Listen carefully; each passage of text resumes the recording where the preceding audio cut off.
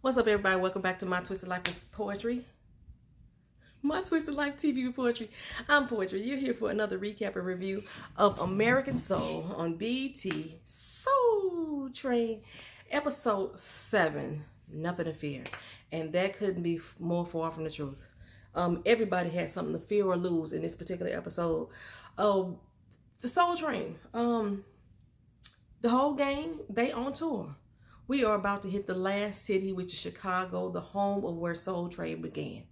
Okay, so everybody making a little pit stop at this little store. They getting gas, they standing around talking, they in the store shopping.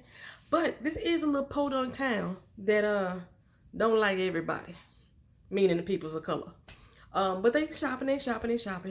So in the doggone store, Kendall tries to go to the bathroom, and the store owner like, where you think you going, boy? I gotta use the bathroom, sir. The colored bathroom is in the back. You go around there and you dig yourself a hole. I don't care where you take your crap at, it ain't gonna be in here. And I'm like, wait a minute. The segregation is over. When this happened, the colors gotta go out the back. Now he don't mind the colors in there shopping. You just, but everything you touch though, you better buy it because he can't resell that to the good white folk. That's basically what he was saying. So in the meantime, Fresh is outside getting fresh with Pollyanna. And I know that probably ain't her name, but I'm gonna call her that anyway. It's better than calling her Becky. Yeah, they're getting fresh with Pollyanna. And you know, she's warming up to Fresh. She think he's attractive as well.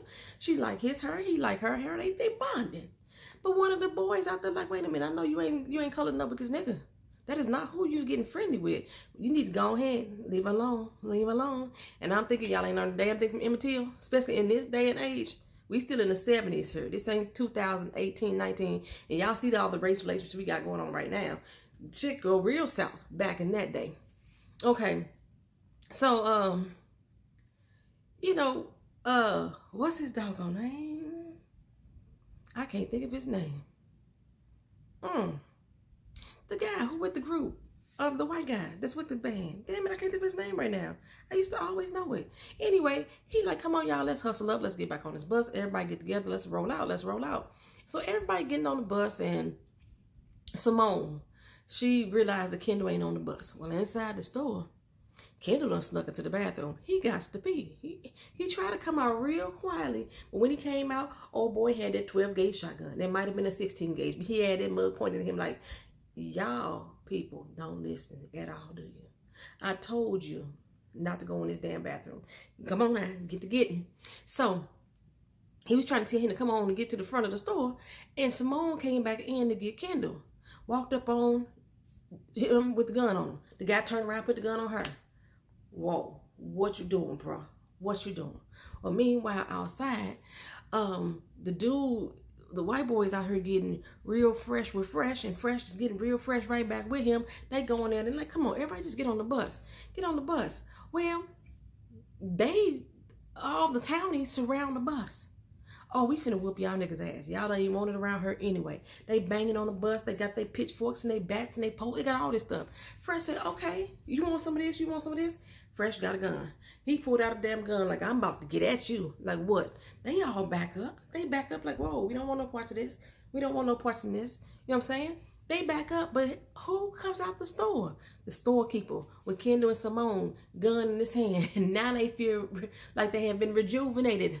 The spirits have been lifted again because we got a gun too, and ours is bigger than yours. So,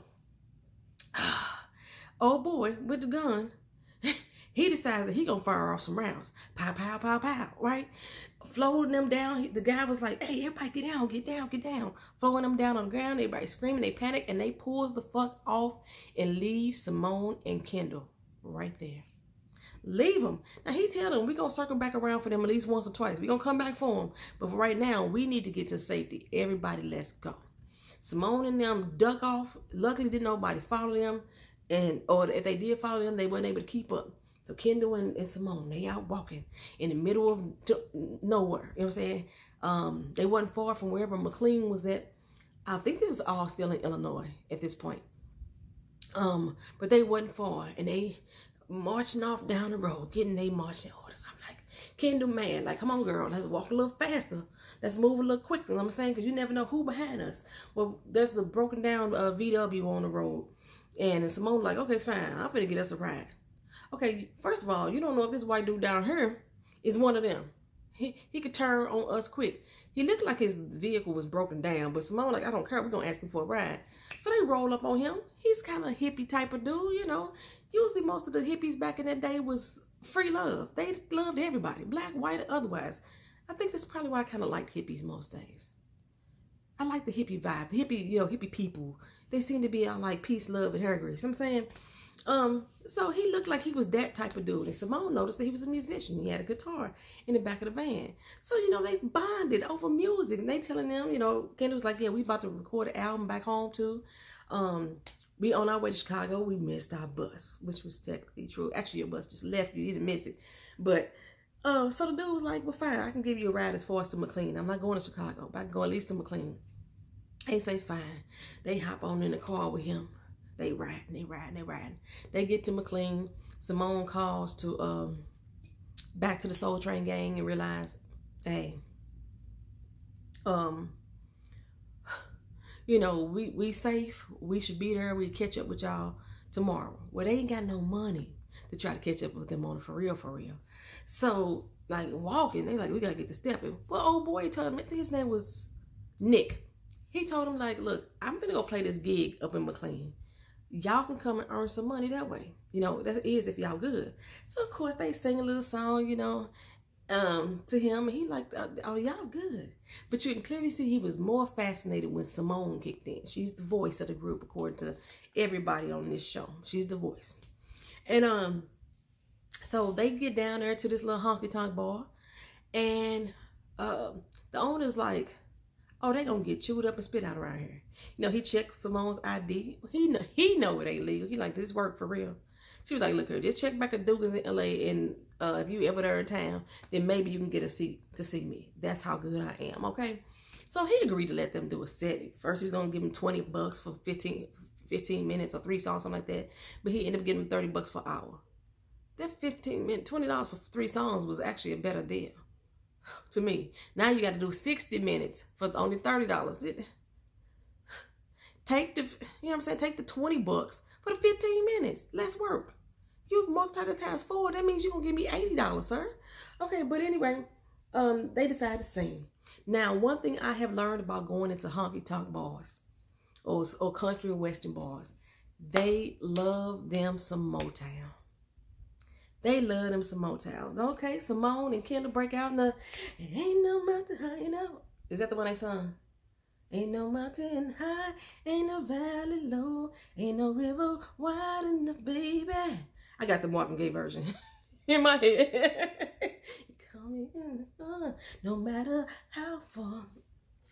Yeah. If y'all know, okay, I just said that was the Marvin Gaye version. Who is the name of the artist who also sang Ain't No Mountain High Enough? Back in that day. It's probably a lot of people that's redone it. But the main popular artist who took over the song and everybody thought it was that song and didn't realize that Marvin Gaye and Tammy Terrell was Ain't No Mountain High Enough. Okay, y'all let me know who the other person was. Drop it down in the comment section. Okay, so they did that song. They did a couple more songs and everybody was loving them. And Nick is loving Simone. Matter of fact, Nick's I guess the bar owner, I think his name was Mac. He's loving Simone. You can see he is eating her up. The crowd is eating it up. Now, Kendall doing his thing too, but they are feeling Simone. She has such a soulful, sultry voice. A lot of y'all said before that y'all didn't like the way she sang. I love the way the girl sang. I just wish that more of the other cast members who actually are supposed to be singing got more singing time, like Kendall and JT. They could sing as well. But you can clearly tell this is being focused on Simone. I mean, like, we ain't even got Kelly Price singing no more. She ain't even singing around the house washing dishes. Like, let some other people sing as well. In this particular episode, they had the 5 stir steps. I'm gonna go to that in a minute. So they did real good and they made a little money and they gonna head off to Chicago. Okay, so after the bus took off, like I said, they were circling around, they couldn't find Simone and Kendall, so they made it all the way to Chicago. Flo is really a taken back. You know, they signed autographs for people. They got fans. Everybody loved Flo and Simone. You know what I'm saying? Of course, Flo don't really, whatever.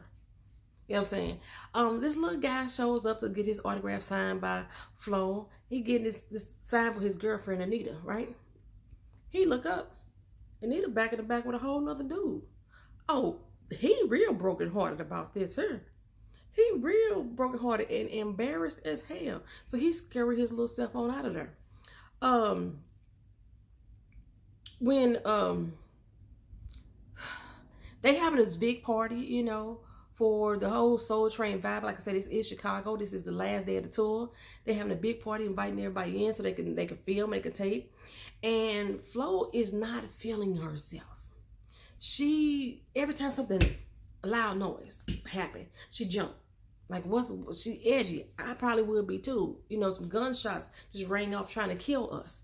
You know what I'm saying? One of us could have been dead. And now I hear these gunshots everywhere. I'm a little bit annoyed as well. So I feel you, Flo. So old boy came over. His name Jerry. Y'all realize that most of all the white guys that be on these black shows with entertainers, his name Jerry. Why the Fools Fall in Love, his name was Jerry.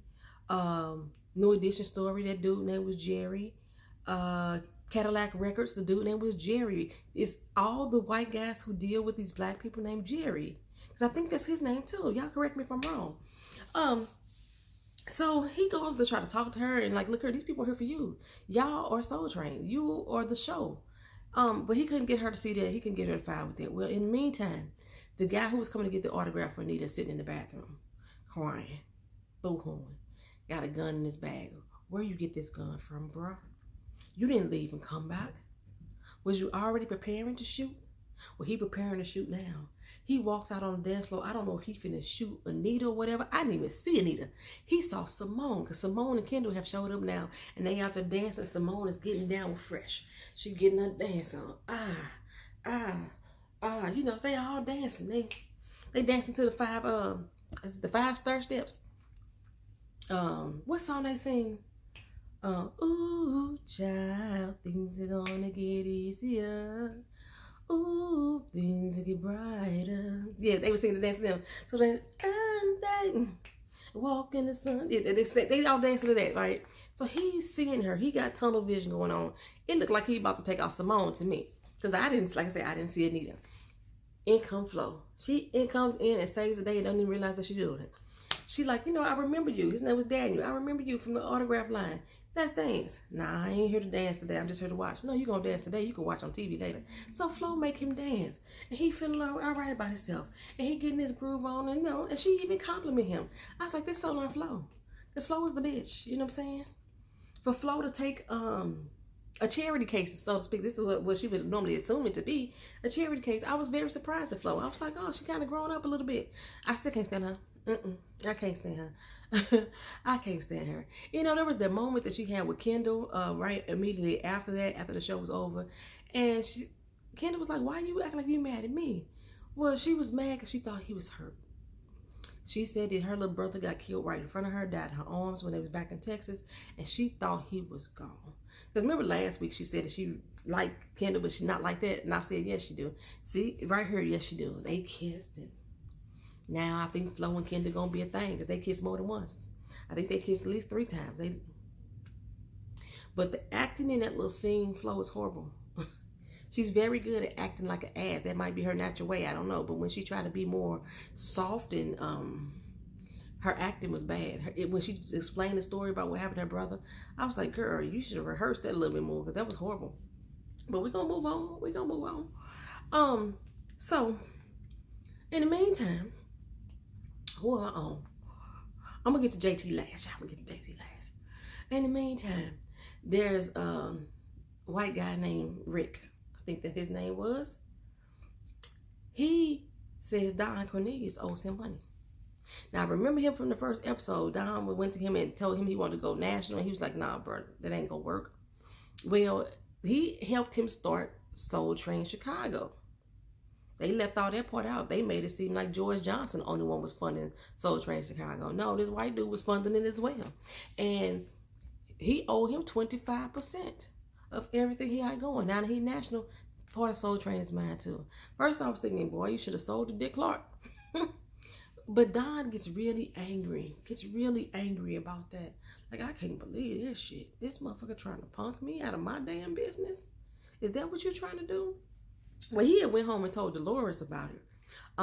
He was still kind of salty with Dolores because Dolores bought the house that they lived in. Of course, he wanted to live high on the hog. He probably wanted to get a mansion or, showboat for everybody. And Dolores was happy with the whole house that they had, the house that they owned. This is ours. This is where our family grew up. Now we own it. Don't get mad at me for taking care of our family. But anyway, he brought Dolores to the party later and let Dolores get Rick drunk. Dolores probably got all kind of information out of him why he was drunk. And Don went and talked to the different sponsors of the show. And every time they Rick tried to go over there and talk to him, Dolores was like, oh, come on, let's go this way. We're going to go here on this side of the room, right? Well, come to find out, Don done called up everybody. Pepsi, Woolworths, and told him that he going to lead the show. Because he's Soul Train. Without him, there will be no show. And if he leave, the sponsors leave too. So they start calling up Rick like, hey, we backing out. Nope, we gonna back out too. Nope, we gonna back out too. So Don had gave him an envelope and said, here's your share, you know what I'm saying? But you can keep running Soul Train Chicago, but the rest of it is mine. Otherwise, you can still try to get on board with your 25%. And we watch it all burn down. He was like, you gonna let it all burn? We're gonna let it all burn down. Okay, so the dude, like, his phone was blowing up with people backing out because they thought Don was backing out too. So he conceded. He opened up that envelope to see exactly how much he had earned, and Don had wrote on there, "Go to hell. You ain't getting nothing, son. Fight me if you want to." But he ain't gonna do that. But like I said, 'cause he was losing them damn sponsors.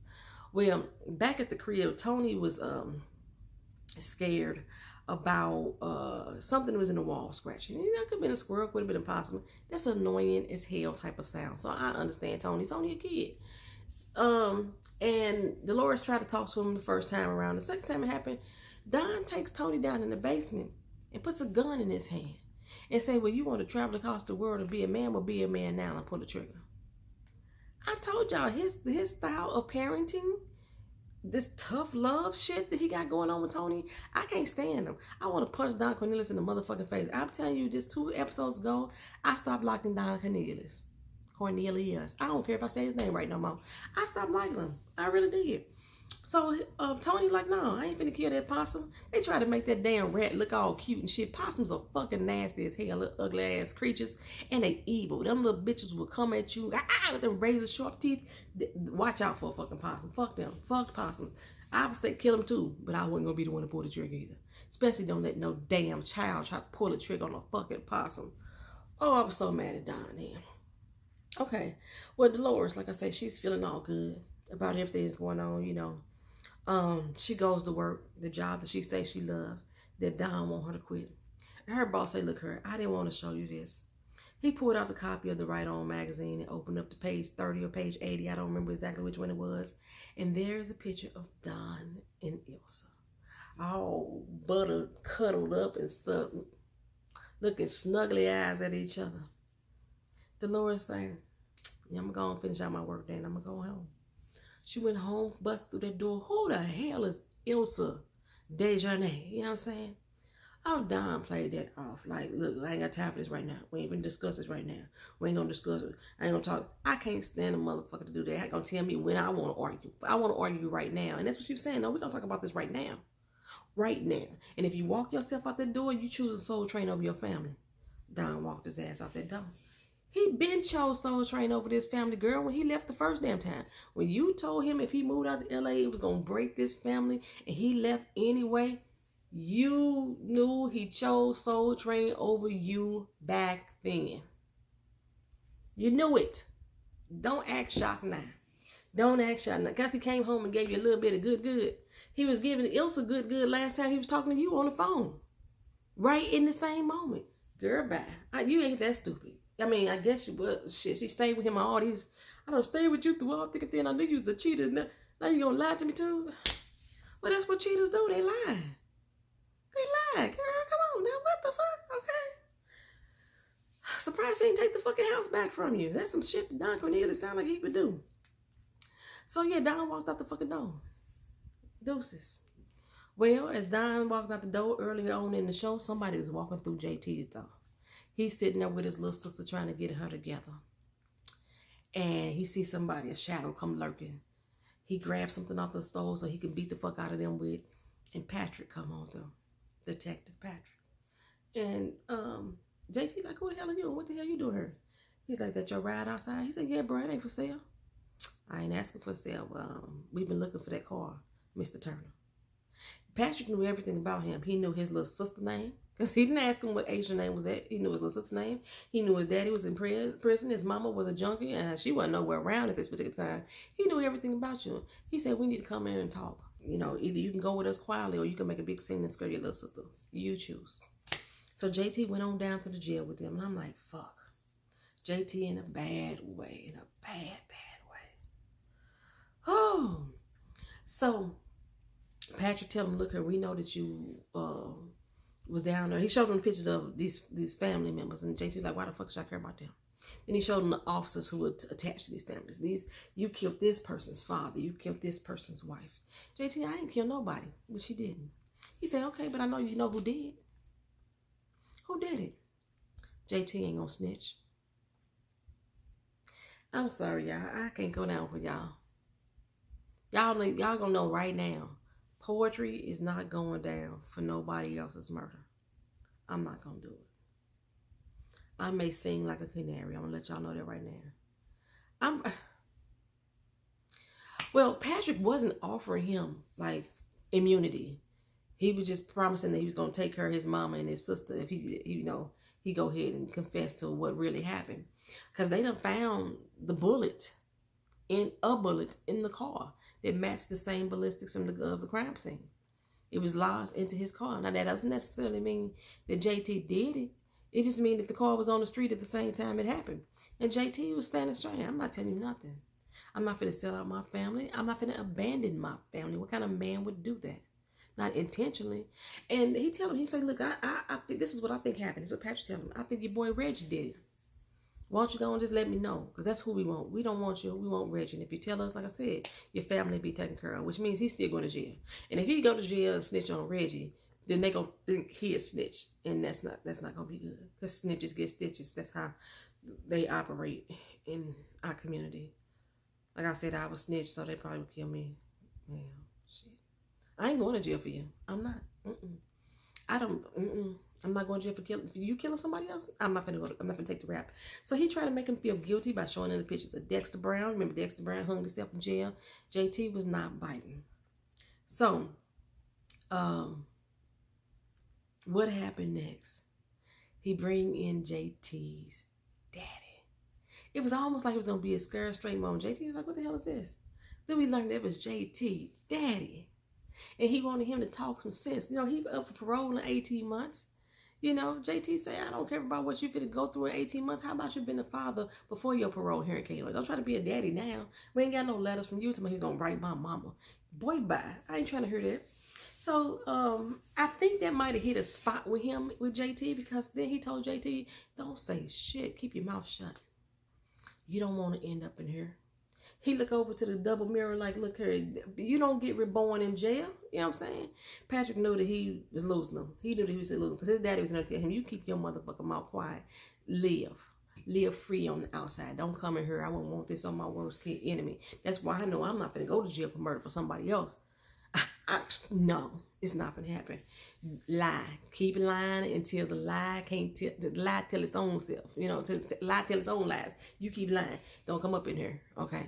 So in the meantime, though, Patrick's boss come up and like, look here, we ain't never had a black lieutenant before. And it could be you. Patrick's like, I ain't never promotion. You are now. He hands him this letter and say, look here, if you let this shit go, we already got the 2 people who killed these officers. They dead. Stick with that motherfucking story. That's what we gonna do. We already got them. And you get your damn promotion. I said, well, look at this shit here. Okay, so JT thinking he under arrest. He all chained to the table. And Patrick come in there and uncuff him. Tell him, you free to go, bro. You free to go. But what Patrick do? Oh, you motherfucker, you. He walks JT out of that interrogation room at the same time that they about to walk Reggie in and says, thank you for all your help, JT. You can go. Of course, Reggie gonna think that he snitched, that he told some shit on him. No, JT didn't even look him in the face. Reggie was like, this motherfucker here? Really? That's how he was looking at him. You know, so I was like, I can't believe Patrick just did that shit. Your boss just told you to let that shit go. And here you are finna ruin JT's life. That's basically what you did. You knew exactly what you did. Just like you said, you grew up only a block or so from where JT lived. You know the code of the streets. You know good and God doggone well when Reggie saw JT come out of that jail cell that he was going to believe that JT snitched. And that's the reason why he there right now. I was so mad at Patrick. So mad at Patrick right there. Ooh, that's the end of the episode, y'all. That's the end of the episode. I think I covered everybody's storylines. Now, let me know if I didn't. Drop your comments down in the comment section if y'all still watching this show. How do y'all feel about Don Cornelius? I think I asked this last week. Are y'all disliking this man as much as I am, despite the fact that he got Soul Train? I see this society of people that we have this day don't know how to separate the fame from the dysfunction. That's why so many people still rooting for R. Kelly, and so many people still rooting for Michael Jackson, and so many people still rooting for Jussie. All this wrong shit they did just because they're black, just because they're one of us, just because they're a superstar, this, that, and the third. Why the white folks ain't doing it? All that bullshit. But truth be told, look at what has been done. Don Cornelius is a horrible fucking man when it comes to his family, when it comes to how he treats people. And like I said, maybe if this is time from being a cop, maybe that's what it is. Y'all know how I feel about most officers sometimes. Maybe that's what it is, but Don Cornelius is a fucking ass. He's a fucking ass who created a damn good show. You know, that's all I'm saying. Y'all leave y'all comments down in the comment section, all right, y'all? Peace.